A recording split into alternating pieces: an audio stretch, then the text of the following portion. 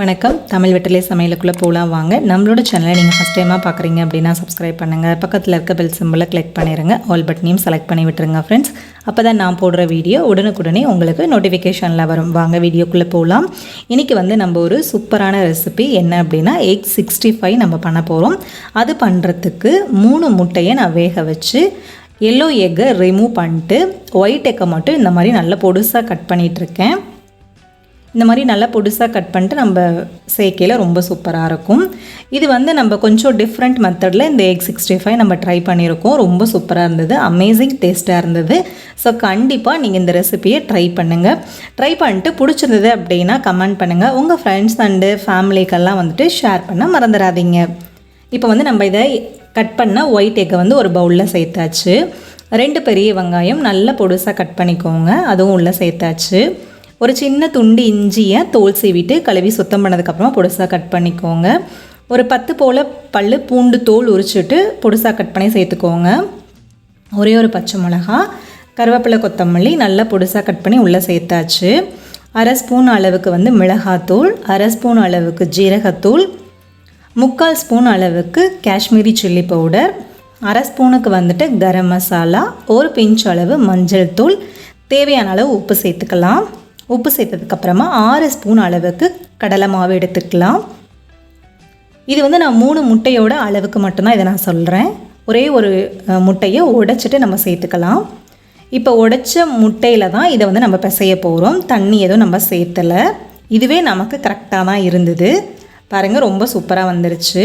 போண்டா போடுற அளவுக்கு நல்லா ரெடியாக இருந்துருச்சு. நமக்கு பேன் நல்லா ஹீட் ஆனதும் ஆயில் ஹீட் ஆனதும் ஹீட்டாக ஆரம்பிக்கிற ஸ்டேஜ்லேயே இந்த போல் கொஞ்சம் கொஞ்சமாக எடுத்து நம்ம எண்ணெயில் சேர்த்துக்கலாம். பார்த்து கவனமாக செய்யுங்க, எண்ணெய் மேலே பட்டுற போது. நம்ம இதை எக்கு நம்ம உள்ளே சேர்க்கையில் கொஞ்சம் லோ ஃப்ளேமுக்கு மாற்றிக்கோங்க. ஃபுல்லாக சேர்த்தி முடிச்சதுக்கப்புறமா கொஞ்சம் மீடியம் ஃப்ளேமில் மாற்றிக்கோங்க. லைட்டாக ஒன் சைடு வெந்துருச்சு, அடுத்த சைடை திருப்பி விட்டுக்கலாம். இதே போல் மிதமான தீயில், அதாவது மீடியம் ஃப்ளேமில் வச்சுட்டு நல்லா அப்படியே பரட்டி விட்டுக்கிட்டே இருங்க. அப்போ தான் எல்லா பக்கம் ஈவனாக குக்காகி வரும். நமக்கு ரொம்ப சூப்பராக இருந்தது. டக்குன்னு இதை செஞ்சு முடிச்சிடலாம். கடலை மாவு இருக்கா, ஆனியன் இருக்கா, டக்குன்னு கட் பண்ணிட்டு இந்த போல் நம்ம செஞ்சுக்கலாம். ஈஸியான ரெசிபி இது. எக்கு சில குழந்தைங்க ஒயிட் சாப்பிடுவாங்க, எல்லோ சாப்பிட மாட்டாங்க. சில குழந்தைங்க எல்லோ மட்டும் சாப்பிடுவாங்க. சில பேர்த்துக்கு எல்லோ ஒயிட்டு ரெண்டுமே பிடிக்காது. ஸோ அந்த மாதிரி இருக்க குழந்தைங்களுக்குலாம் நீங்கள் இதை செஞ்சு கொடுக்கலாம். ஒரு பேட்ச் எடுத்ததுக்கப்புறமா திருப்பி அடுத்தது நம்மக்கிட்ட இருக்கிறது எல்லாமே இந்த மாதிரி கொஞ்சம் கொஞ்சமாக கிள்ளிட்டு நம்ம ஆயிலில் நல்லா பொரிச்சு எடுத்துக்கலாம். இது குழந்தைங்க ஸ்கூல்லேருந்து வர்ற டைமு அப்படிங்கிற வழக்கமாக நம்ம பருப்பு ஏதாவது செஞ்சு கொடுப்போம். இல்லை ஆப்பிளோ இல்லை ஃப்ரூட்ஸ் வேறு ஏதாவது நம்ம கட் பண்ணி கொடுப்போம். ஈவினிங் ஸ்நாக்ஸுக்கோ இல்லை ஸ்நாக்ஸ் பாக்ஸுக்கு ஸ்கூலுக்கு கொடுத்து விட்டாலும் அந்த மாதிரி தான் பண்ணுவோம்.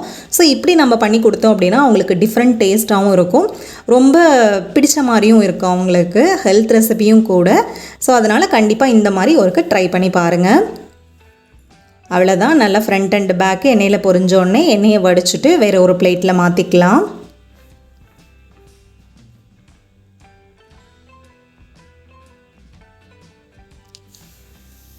பொரிச்ச எல்லாத்தையும் பிளேட்டில் மாற்றியாச்சு. மாற்றினதுக்கப்புறமா அதே பேனில் கொஞ்சம் போல் எண்ணெய் இருக்கட்டும், நம்ம மீதி எண்ணெயை வடிச்சிடலாம். அதில் ஒரு 2-3 பல் பூண்டு உரிச்சிட்டு பொடியாக கட் பண்ணி சேர்த்துக்கலாம். அதே எண்ணெயில் லைட்டாக பரட்டி விட்டுருங்க. 3 பச்சை மிளகா நீல வாக்கில் கீறி வச்சுருக்கேன். அது கருவேப்பிலை, கொஞ்சம் ஃப்ரெஷ் கருவேப்பிலை, இதையும் சேர்த்து நல்லா எண்ணெயில் பரட்டி விட்டுருங்க. அதுக்கப்புறமா நம்ம எக்கு பொரிச்சோம் இல்லைங்களா, அதை உடஞ்சிடாமல் இது உள்ளே சேர்த்துக்கலாம். பச்சை மிளகாய் நம்ம பொடிசாக கட் பண்ணி போட்டதும் சரி, நான் ஒன்று தான் சேர்த்துருக்கேன். மிளகாத்தூளோட அளவும் ரொம்ப கம்மியாக தான் சேர்த்துருக்கேன். குழந்தைங்க பெரியவங்க ஏதாவது சாப்பிட்றாங்க அப்படின்னா அவங்களுக்கு தகுந்த மாதிரி நீங்கள் சேர்த்திக்கோங்க. டொமேட்டோ கெச்சப் 1 ஸ்பூன் சேர்த்துக்கலாம். சில்லி சாஸ் 1/2 ஸ்பூன் அளவுக்கு சேர்த்துக்கோங்க. கொஞ்சம் உரப்பு கூட வேணும்னா 1 சேர்த்துக்கோங்க, இல்லைனா 1 ஸ்பூனே போதுமானதாக இருக்கும்.